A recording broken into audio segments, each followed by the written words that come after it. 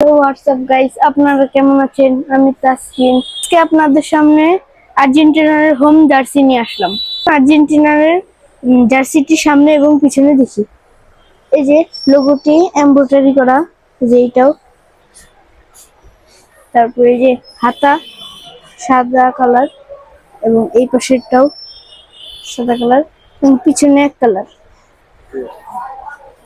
চাইলে আপনারা পিছনে নাম নাম্বার লিখে নিতে পারেন। এটি আমাদের কাছে 3 রকম সাইজ পাবেন: স্মল, মিডিয়াম, লার্জ।